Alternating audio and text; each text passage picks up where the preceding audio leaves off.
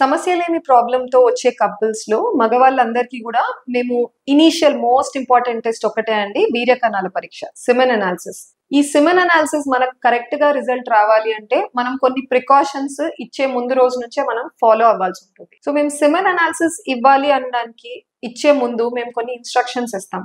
Most important instruction gap, అంటే ఎంత abstinence period తో ఎంత గ్యాప్ మెయింటైన్ చేసుకొని రావాలి. WHO అనే ఒక బాడీ ఉంటుందండి, దే సే 2 to 7 days, అంటే minimum 2 days, maximum 7 days. 2 days కంటే తక్కువ లేదా 7 days కంటే ఎక్కువగా టైం ఫ్రేమ్ పెట్టుకుంటే సిమెన్ అనాలిసిస్ చేయించుకోకండి, రిపోర్ట్ రాంగ్ గా రావచ్చు అంటారు. ఇప్పుడు 2 days కంటే తక్కువ ఇస్తే ఏమవుతుందంటే కౌంట్ తక్కువగా ప్రెసెంట్ అవుతుంది. 7 days కంటే ఎక్కువగా ఇస్తే చనిపోయిన కణాలు, కదలిక లేని కణాల ఫ్రాక్షన్ ఎక్కువగా వస్తుంది. అందుకని ఈ యావరేజ్ మెయింటైన్ చేస్తాం. ఇప్పుడు ఎగ్జాక్ట్ 2 to 7 days బదులు జనరల్లీ మీరు ఫర్టిలిటీ సెంటర్స్ వెళ్ళినప్పుడు యావరేజ్ లో 3 to 5 days గ్యాప్ పెట్టుకుని రండి అని చెప్పేస్తాం అనమాట. సో ఈ గ్యాప్ మెయింటైన్ చేయడం చాలా ఇంపార్టెంట్. సెకండ్ వచ్చేసి ఆ ముందు రోజు అడిక్వేట్ గా నిద్ర ఉండాలండి, మినిమం 8 hours స్లీప్ ఉండాలి.